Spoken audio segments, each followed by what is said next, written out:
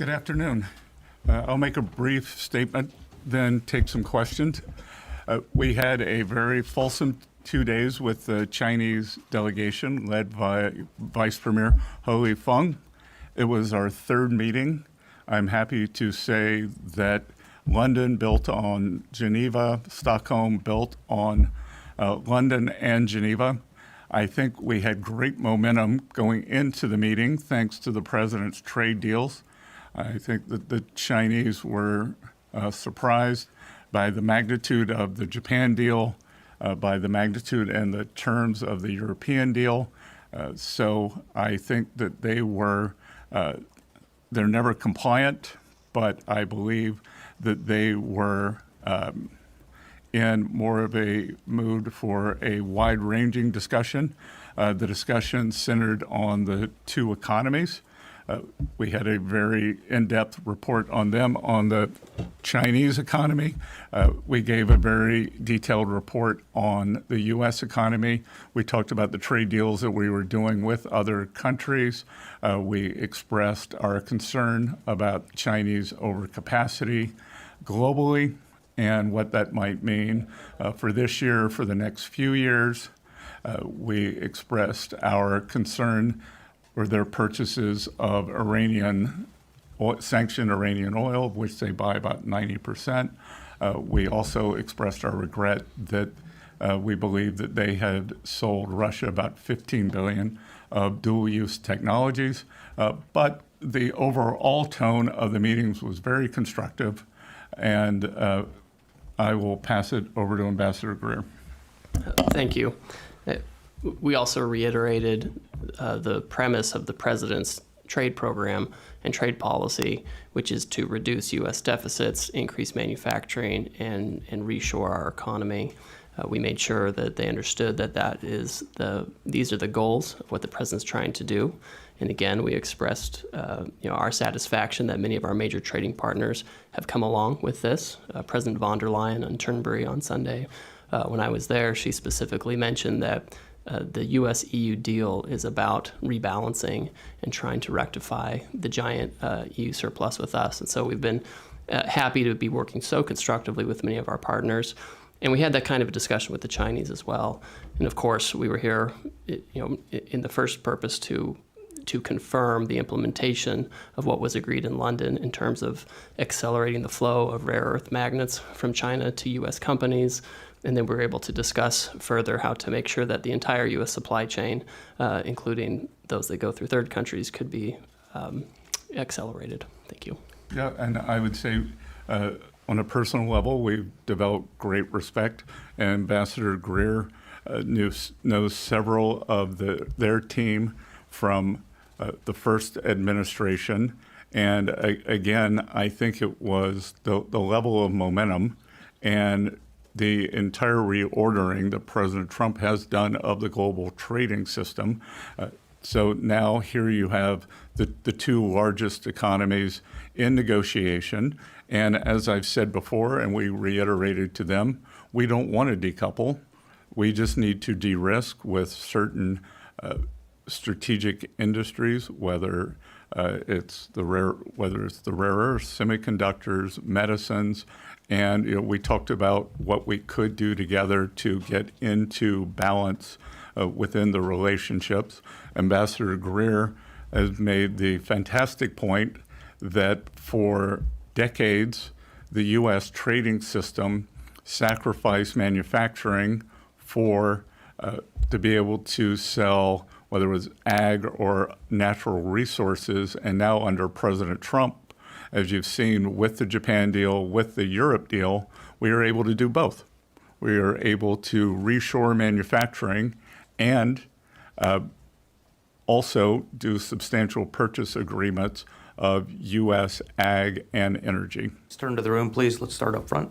We had Li Changgang speaking to reporters shortly after the end of the talks today, and he mentioned an extension of the pause. Can you give us some details on that, how long that's going to go on for, and how will it work? And if I could just throw in another one, what do you say to lawmakers in the United States and others who are concerned that concessions on export control on items like chips for AI will jeopardize U.S. national security interests? Well, I'll take the national security question, and then Jameson could talk about the pause. Look, we are very diligent in terms of the national security.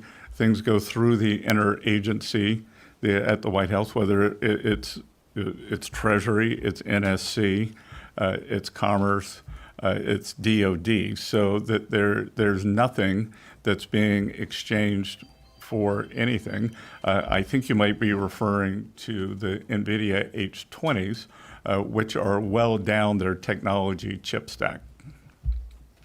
Great. And I would say, well, I should also say the only export controls we talked about today were Chinese export controls on rare earths. Just U.S. export controls were not something we discussed. With respect to a potential pause, we're going to head back to Washington, D.C., and we're going to talk to the president about whether that's something that he wants to do. It's certainly something that's been under discussion, and so we'll brief the president on the outcome of this, and we'll see if there are any. We have further technical discussions that are happening right now as we speak among the teams, and so the president can make a final call on whether that's something that he wants to do. Not on our side. Great. Secretary Bessent, you just said again that the biggest problem in the relationship is China's overcapacity and that you want them to move towards a new consumption-based economy. What's your specific plan for addressing those economic imbalances besides purchases of U.S. goods? And then, obviously, the Section 232 investigations that the president is set to unveil in the coming weeks on pharmaceuticals and semiconductors would theoretically hit China after your, as well as everyone else in the world. After your talks today, will those tariffs be imposed on the Chinese, or did you make any commitments to pause them or not target the Chinese specifically with those actions? And then what would you say is the biggest concessions that the Chinese have had to make in these talks so far? Well, I'll just repeat that China is the most imbalanced economy in modern times. And I think we are going, they're 30% of global manufacturing. They have a 2% current account surplus of global GDP, which we've never seen before, or probably not since the 1870s with the British Empire. And that's not sustainable.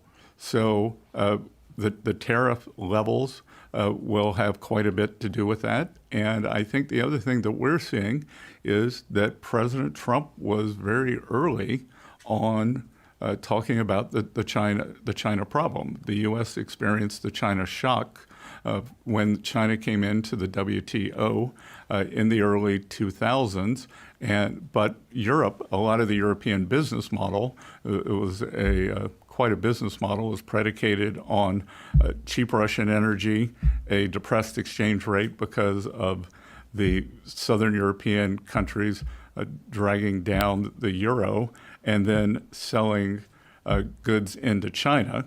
And now that China has jujitsu'd the model, and under the cover of COVID, rather than increasing their consumer, they upped their export capacity, and they did it quite a bit up the value chain. So, we'll see over time. But my guess is that over time, that the other economies, developed economies, will start increasing their tariff barriers, and the global South, they just can't absorb all this Chinese production. I would say also, when you ask about what tools can be used to deal with this, I mean, this is part of the reason why the president implemented his tariff program. Right now, if you look at the numbers, we're still tracking an annual trade deficit with China. But if you extrapolate it out from the numbers we have so far it looks like it's going to be at least $50 billion smaller this year. So that's some progress already. With respect to the Section 232, this came up during discussions. The Chinese asked us about it. What's the plan? What's the timing? We shared what information we could.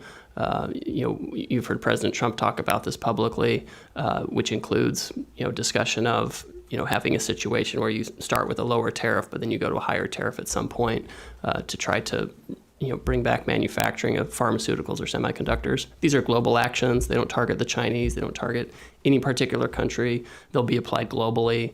There aren't any exceptions or exemptions for particular countries. And what's the biggest concession they've made? That the Chinese have made? Well, I would say they blocked all of their rare earth magnets, and now we're getting them. I'm just wondering if we can get some clarity on the tariff level that is threatened to happen on April 12th. I know the April 2nd tariffs were 34%. You add that to the fentanyl, 54%. That's where the tariffs are for many goods right now. So what is the overall threat to the Chinese in terms of a tariff level that could happen if there is no extension? Well, I think you've seen, I've used the word boomerang. So if we boomerang back to the April 2nd level, they would go to 34. I noticed, as the earlier question said, that the Chinese deputy minister did say that we had agreed on a pause. We have not. Nothing is agreed until we speak with President Trump. He's on Air Force One, I believe, doing a press conference right now. I just had a phone call from Scott Bessent, and had a very good meeting with China. And seems that, I mean, they're going to brief me tomorrow. We'll either approve it or not. But he felt very good about the meeting. Better than he felt yesterday. Yesterday I said, "Ooh, here we go again. Here we go again." But today it worked out very well. I think the result is probably good. And we will be seeing him in the Oval tomorrow to go over the deal with him, and then he'll decide if the pause continues as is. And just to be clear, Gavin, the president has discretion to change the rate depending on the circumstances that we have, et cetera. So while the snapback rate would be 34%, he of course has discretion under the law to modify that. Yeah, my question is just the 34% is under the tariff level that's current for many goods. So would that be additive to what we have already? Would it be on top? Okay. Yes. So we're talking about the threat is that tariffs kind of in like the 80-85% level? Yeah, depending on the product, yeah. Depending on the product. Yeah, Okay. but just kind of to tamp down that rhetoric. The meetings were very constructive. We're just that we haven't given the sign off. Did you discuss a potential summit between the Chinese and U.S. the Chinese president and President Trump? And can you give us any timeline on what you're thinking about in terms of that? No, the only thing we discussed was there was a recent phone call between the two leaders. On that call, President Xi invited President Trump to Beijing, but we didn't discuss that at all. What we discussed was implementing the desire of the two leaders for the trade team and the Treasury team to have trade negotiations with our Chinese counterparts. So our meetings were just to implement the will of the leaders, not to discuss if there would be a meeting. Can you just give a time? When was that call? Do you have it on hand? I think that was the June call, right? Yeah, was it It was June 4th or 5th. June 4th or 5th? Thank you. Great. Right behind. When I have spoken to experts regarding the EU-US deal, some have said that it feels secure that there is a deal, but that you still can be a little bit unsure if it would change. What do you have to say to that? Oh no! Right now we have I have texts from some of my European counterparts about making sure the details are correct and fully put on paper.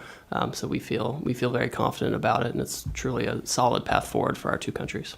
Thank you. Yep, and I think the other thing that we discussed that's very interesting is the unintended consequence of President Putin's invasion of Ukraine is bringing in Finland and Sweden into NATO.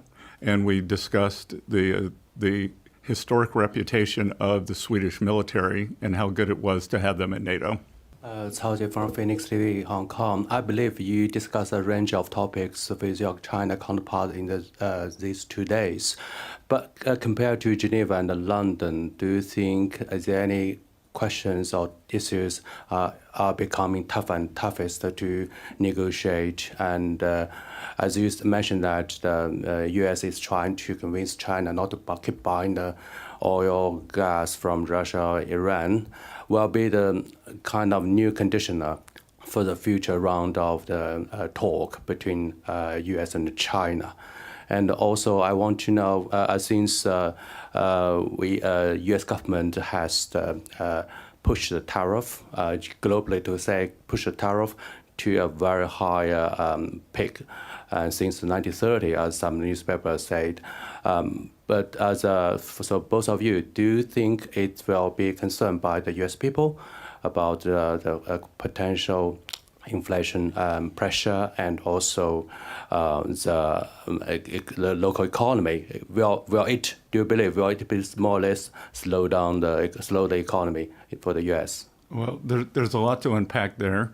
So I'll work backwards. I was a professor of economic history at Yale, and I can tell you it's my belief that as many people have a misunderstanding that the downturn in the 1930s was caused by an increase in tariffs. It wasn't. The stock market crashed in 1929. There was also a very large tax increase in the U.S. We just did the largest tax cut in history. The U.S. economy is starting to fire on all cylinders right now. We actually, in May, saw the biggest downturn in inflation in 4 years. So the U.S. economy is doing quite well. And I will tell you, rather than the talks getting more difficult, I actually think that they are getting more engaged as there was a in Geneva, very narrow issue with the magnets.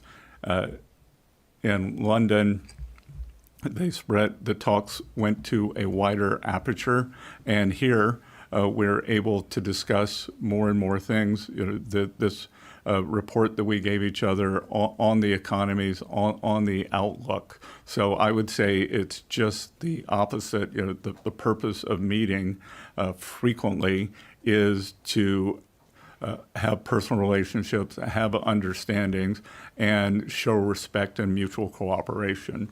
I think Jameson, Ambassador Greer, has been dealing with the Chinese much longer than I have. Yes, I have. No other comments, though. Great. I'll take the next question. Let's come back up front. Dave Lauder, Reuters. Hi, thanks.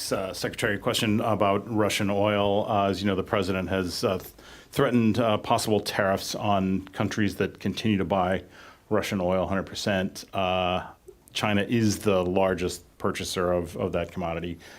What was your message to the Chinese about Russian oil? Did you tell them they're on notice, they need to start to pull back? Well, we described, it's not just the president, what is making its way through the U.S. Senate, and hard to imagine anything could get 80 or 90 bipartisan votes in the U.S. Senate, is a bill that will give the president discretion to apply secondary tariffs on sanctioned Russian oil from, I believe it's from 0 to 500%. I believe he's used 100%. And we've heard from several of our European counterparts, NATO allies, even Canada, well, Canada is in NATO, that they will be following on that. So we would expect most of the Western alliance that has been supporting Ukraine to follow on that. So I think anyone who buys sanctioned Russian oil should be ready for this. What was their response to that warning? The Chinese take their sovereignty very seriously. We don't want to impede on their sovereignty, so they'd like to pay 100% tariff. I'm from Affärsvärlden. I'm just wondering, you've been described as a global macro veteran and you run a hedge fund. In this moment, where would you put your money if you were still running one? United States of America. Only? Sorry? Okay. Could you just give us some insight on your current macro view outside of the US as well? Well, we're seeing the euro's appreciated quite a bit this year, and the currency theory would tell you that when you get a fiscal impulse, you see that, and we've seen a big fiscal impulse coming from Europe, especially from Germany. So, and we're also going to see quite a bit more spending. With China, we are seeing that they are in disinflation. They have a real estate problem. They have a very large current account surplus. As I said, it's about 2% of global GDP, and the Chinese currency is a very difficult currency. It's probably in 3 different equilibria. You have the currency is cheap. You have 1.4 billion people who want to get their money out of China but aren't allowed to. And then you also have the threat of, will the Chinese give you your money back in 1, 2, 3, 4, 5 years if you put it in? And then, I think we are seeing the trade deals are having, contrary to the gloom, doom, and boom pessimism that we saw at the beginning of April, that the trade deals have had little effect on the economy, and that the U.S. economy is accelerating. And this year, the U.S. is going to take in probably a minimum of $300 billion of tariff income, which will that's 1% in terms of the GDP. So I think we could substantially bring down our deficit to GDP. And also, finally, when you come back and speak to Donald Trump about this tariff pause, how prolonged will it be? I'm sorry. If it goes the way that China just told us right before you came here? I think typically we talked about 90 days. 90 days more? Yes. Yes, okay, thank you.